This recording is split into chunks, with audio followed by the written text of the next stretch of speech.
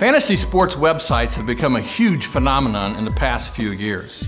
So far, fantasy sports are legally considered games of skill, not chance, if they can be won by successfully utilizing superior knowledge of the players involved.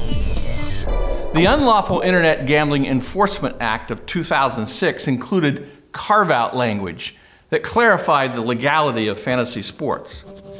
By this definition, fantasy sports are not gambling. FanDuel and Draftkings quickly became the biggest online sites by using that carve-out language to create daily online fantasy sports games with cash prizes, sometimes as high as $2 million. In 2017, these two sites accounted for about 90% of the $320 million in revenue generated by fantasy sports.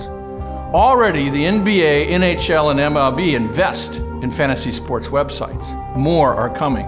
So if fantasy sports is legally not gambling, can fantasy sports create addictive behaviors similar to what gambling can produce? Yes.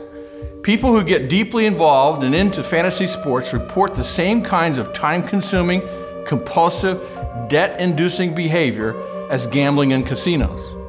These fantasy fans talk about how their interest in sports was soon overwhelmed by their interest in the money.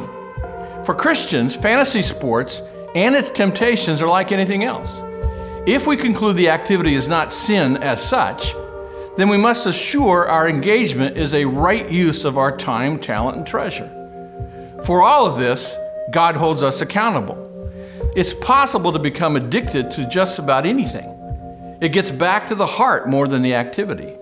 It's God's will that Christians submit themselves fully and only to the Spirit of God.